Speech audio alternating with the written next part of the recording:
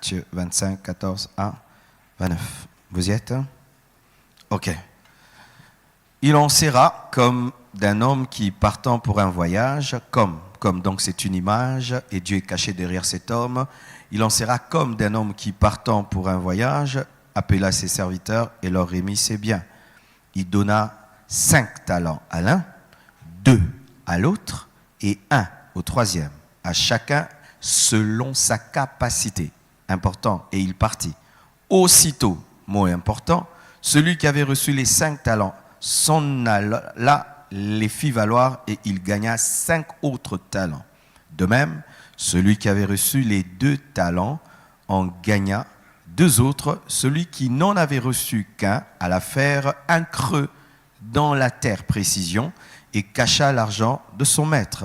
Longtemps après, le maître de ses serviteurs revint et leur fit rendre compte. Celui qui avait reçu les 5 talents s'approcha en apportant 5 autres talents, et il dit, Seigneur, tu m'as remis 5 talents, voici j'en ai gagné 5 autres.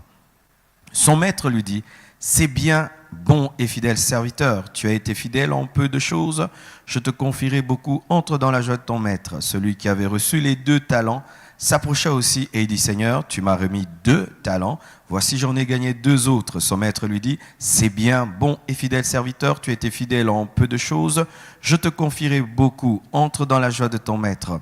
Celui qui n'avait reçu qu'un talent s'approcha ensuite et il dit, Seigneur, je savais que tu es un homme dur, ce qui est faux, hein?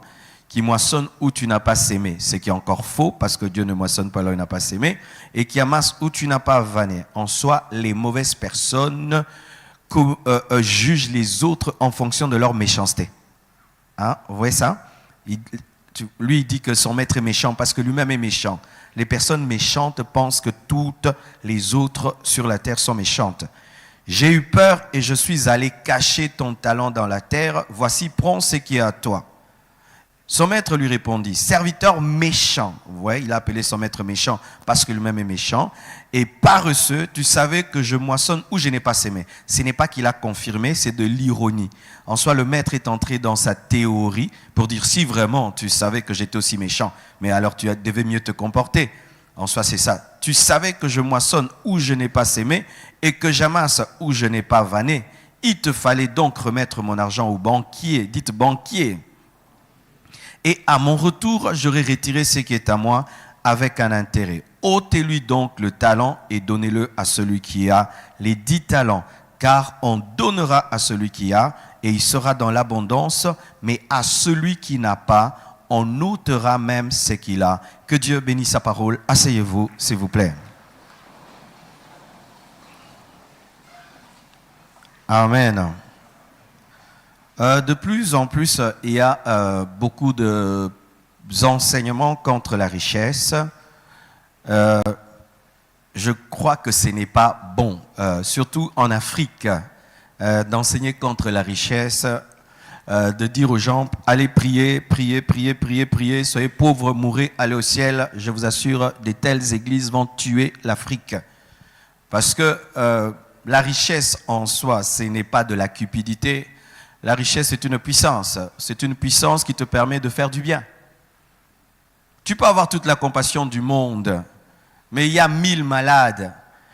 Et tu peux avoir l'onction. Tu peux guérir, mettons, 200 malades. Mais les 800 autres que tu n'as pas pu guérir, tu peux payer un médecin, tu peux payer un hôpital, tu peux les faire soigner, tu peux construire un hôpital et les aider. Alors souvent, on dit que prêcher la richesse à l'église, c'est prêcher la cupidité. Non, il y a une grande différence entre prêcher la richesse et prêcher la cupidité. Nous ne vous poussons pas à aimer l'argent parce que Dieu seul doit être aimé, doit être adoré. Mais vous devez avoir la sagesse de Dieu pour acquérir l'argent parce que c'est une puissance ici-bas. Amen. C'est très hypocrite souvent de vouloir les belles choses, mais ne pas vouloir l'argent. Vous voyez, il y a des gens comme ça, ils veulent la belle voiture, mais ne veulent pas l'argent. Ils veulent une belle maison avec piscine, mais ils ne veulent pas l'argent. Ils veulent voyager dans le monde entier, mais ils ne veulent pas l'argent. Ils veulent que leurs enfants étudient dans des bonnes écoles, ils ne veulent pas l'argent. Et j'ai remarqué même ces personnes qui parlent contre l'argent vont demander l'argent aux gens qui cherchent l'argent. C'est ça encore l'hypocrisie, n'est-ce pas? Moi, j'aime pas qu'on parle de richesse, j'aime pas qu'on parle d'argent. Mais quand il a besoin d'argent, il cherche qui? Il cherche celui qui se bat matin, midi, soir pour trouver l'argent. Donne-moi. Mais alors là, il faut pas demander aux gens. Amen, hein? Il faut pas demander parce que l'argent c'est mauvais. Alors ne demande pas aux gens qui en ont. Amen, hein? Prie Dieu qui t'en jette dans la chambre. Amen. Hein? Je ne prêche pas l'hypocrisie, je prêche l'équilibre. Amen. Et faites très attention aussi des fois à des doctrines remplies de religiosité qui nous ont été prêtées par la colonisation, car nous devons dire la vérité, la colonisation se servit de la religion pour endoctriner les Africains afin que les colonisateurs puissent davantage dominer l'homme noir avec des versets comme Matthieu 5, verset 3. Heureux les pauvres, car le royaume des cieux est à eux. Ce verset n'est pas complet. La Bible dit heureux les pauvres en esprit, pas les pauvres en poche. Amen, hein? La pauvreté n'amène pas au ciel. Des fois, elle peut même te compliquer le ciel. Je vais me défendre. Amen. Je sens vos esprits.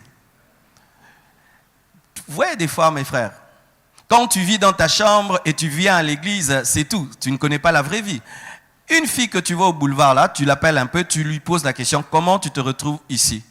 Elle va te parler de pauvreté. Hein? Elle va te parler que papa ne sait pas payer mes études, maman ne sait pas m'habiller, on va nous chasser de la maison, il y a mes petits frères et sœurs qui crèvent de faim, c'est pourquoi je n'ai que mon corps comme marchandise. Cette fille, si elle avait grandi dans une bonne famille où papa nourrissait, papa vêtissait, papa payait ceci, cette fille jamais ne serait devenue une prostituée. Qu'est-ce qui l'a rendue prostituée? La pauvreté. La pauvreté. Tu vois tes enfants qui sont si calmes, posés, qui ne sortent même pas dehors. Ils ne sortent pas dehors parce qu'ils ont tout à la maison. Et qu'est-ce qui fait qu'ils ont tout à la maison? Ce n'est pas seulement l'éducation, l'argent. Amen, hein? Amen. Bien-aimé, ce qui fait que tu sois même bien assis sur cette chaise, couvert par un toit, c'est l'argent. Surtout vous qui êtes là-bas, c'est l'argent. Alléluia, là-bas.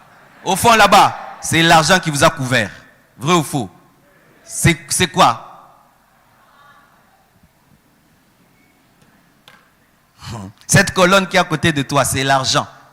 Ce béton qui est sur ta tête, c'est l'argent. Amen, hein? Alors il ne faut pas que nous soyons des hypocrites. Je n'aime pas la cupidité, mais j'ai besoin d'argent et je prêche l'équilibre. Vous devez aller au ciel, mais en attendant sur la terre, vous devez faire des grandes choses. Abraham était riche, Isaac était riche, Jacob était riche et Jésus ne manquait de rien dans son ministère. Vous le savez? Jésus ne manquait de rien. Le ministère de Jésus ne manquait de rien. Jésus avait tout ce dont il avait besoin quand il en avait besoin. Amen. Hein? Et c'est facile. Des fois, je vois des prédicateurs blancs qui prêchent contre les pasteurs africains, qui prêchent le développement. C'est très facile hein, de dire ce que tu dis, mais nous, en Afrique, il faut qu'on puisse booster les gens dans la vie pour qu'ils puissent réussir. Amen. Hein?